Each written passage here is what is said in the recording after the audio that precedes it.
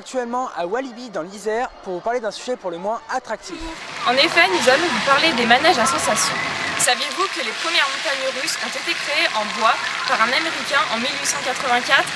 Il s'est inspiré des toboggans glacés où s'amusaient les Russes. Vous vous demandez peut-être comment ça marche, comment est-il possible de faire fonctionner de telles machines ? C'est ce que nous allons vous expliquer. Il existe différents types de manèges à sensations. Nous allons nous concentrer sur deux d'entre eux, les montagnes russes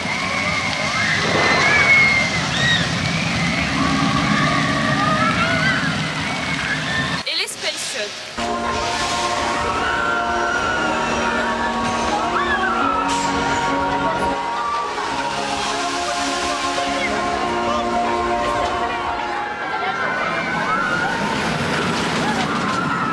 Les montagnes russes, comme le boomerang ici derrière moi, fonctionnent selon différents principes. La pesanteur et l'énergie mécanique. Pas facile à comprendre, je vais donc vous expliquer. L'énergie mécanique entraîne le wagon à une hauteur calculée à l'aide de chaînes que l'on appelle crémaillères. Une fois au sommet, le wagon est lâché et est entraîné vers le bas. Le fait d'être attiré de la sorte vers la terre est lié à l'attraction terrestre, appelée aussi la pesanteur. Quand les montagnes russes sont composées de bosses ou de looping, le wagon doit être lâché à une hauteur suffisante pour qu'il ne fasse pas demi-tour. Il est donc compliqué de concevoir de tels manèges.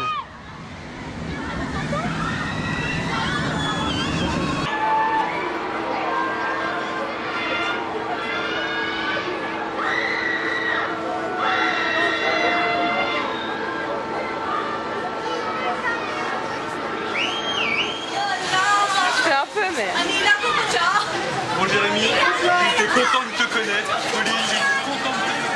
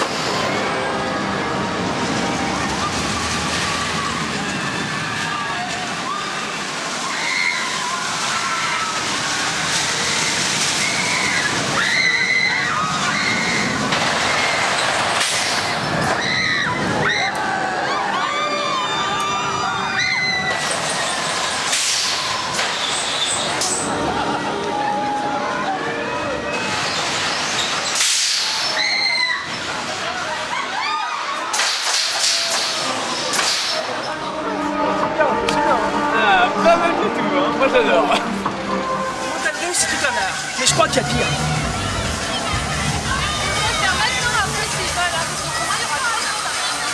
Comme son rival le boomerang, le deuxième fonctionne selon le principe de l'énergie mécanique et de la pesanteur. Le fonctionnement du Space Shot est un peu plus complexe. Les nacelles sont fixées sur une tour extérieure dont l'intérieur est composé d'une autre tour qui contient un piston. Ces derniers sont reliés par un jeu de câbles de l'air est comprimé pour propulser rapidement les passagers en haut de la tour à l'aide du piston. Puis l'air est retiré pour que la nacelle redescende. On ne pense pas à tout ça quand on est là. Mais ce n'est pas tout. L'accélération de la pesanteur, qui se mesure en G, agit sur nous dans ce genre de manège. Selon la vitesse du manège, notre poids et non notre masse est multiplié par le nombre de G du manège. On ne peut pas dépasser 6 G en moins d'une seconde, sinon le sang se concentre dans le bas du corps et le cerveau n'est donc plus irrigué. On risque donc de perdre connaissance. Allons tester!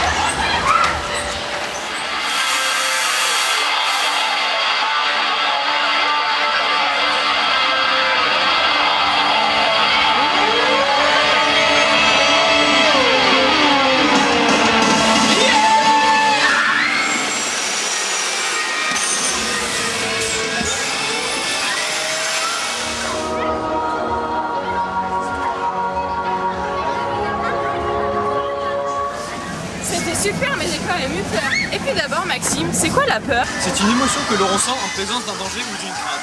Et comment ça marche? Tout est lié au cerveau. Ce dernier reçoit en permanence des informations par l'intermédiaire des yeux ou encore des oreilles. Les données sont ensuite analysées par deux glandes situées dans le cerveau, les amygdales. Elles analysent la situation pour savoir si le risque est présent ou non. Par exemple, une personne sur un manège voit la barre s'abaisser sur elle, sent une pression sur l'abdomen et entend des cris, ce qui est synonyme de danger. Cette analyse est immédiatement transmise à une autre glande appelée hypothalamus. Celle-ci envoie dans tout le corps des messages afin que l'organisme se prépare pour affronter le danger. Ces messages, qui sont en fait deux hormones, l'adrénaline et le cortisol, engendrent l'accélération du rythme cardiaque. De ce fait, les poumons se remplissent d'air et provoquent une sensation d'oppression. Le corps sécrète alors davantage de glucose qu'en temps normal, et met tout en place pour fournir un effort important.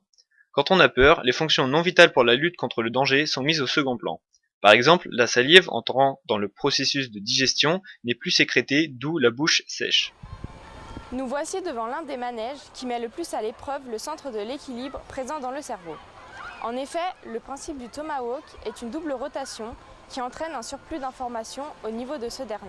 Habituellement, les informations reçues indiquent la position du corps dans l'espace via les yeux, la peau, les muscles et surtout les oreilles. Plus précisément, l'oreille interne. Quand on bouge la tête par exemple, des cristaux viennent basculer des petits cils qui enverront ensuite des signaux au cerveau. Mais le problème avec ces manèges, c'est qu'ils sont trop rapides. Le cerveau est donc submergé d'informations qu'il ne peut plus traiter. L'excitation déborde et va toucher la zone la plus proche, le centre de vomissement. Allez, viens Maxime, allons déstabiliser notre centre de l'équilibre.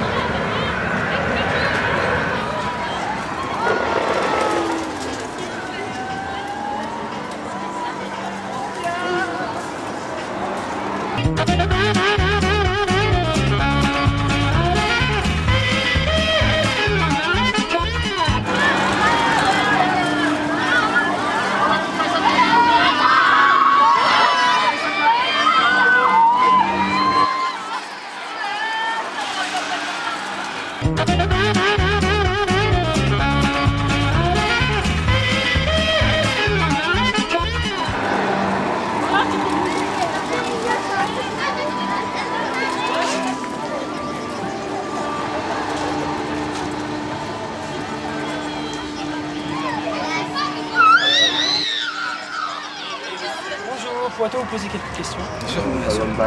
Avant de monter dans le tomahawk, tu vois angoissé? Ouais, bah, pas trop, non. Non, ça va. Et qu'avez-vous ressenti pendant? Ouais, je pense que ça fait un truc au cœur là, c'est bizarre. D'accord. Et maintenant, vous vous sentez comment? Bien, normal. Bien. Soulagé un peu? Soulagé, ouais. Soulagé. Bah, merci de nous avoir consacré un peu de rien, temps. normal. Quand on fait ce genre de manège, c'est pour tester et surpasser nos limites. Quand on les sent, on est soulagé après tant d'émotions intenses, ce qui est source de bonheur. Notre corps libère alors de la dopamine, un neurotransmetteur qui envoie aux neurones une sensation de bonheur. Voilà comment fonctionne le processus du plaisir. Allez prendre notre dose de plaisir.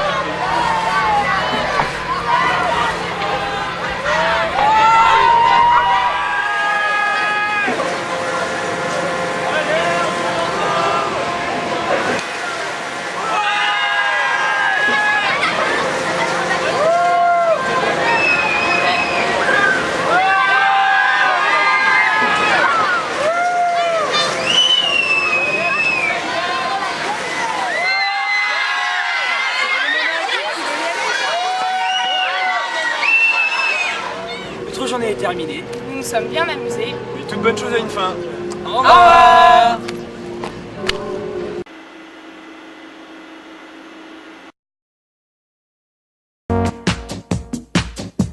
Il existe différents types de manèges.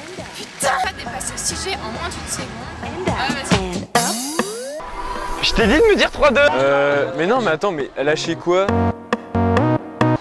Voilà comment fonctionne le processus du bonheur. Non, c'est pas ça, c'est pas ça. Comme c'est mortel à l'envers.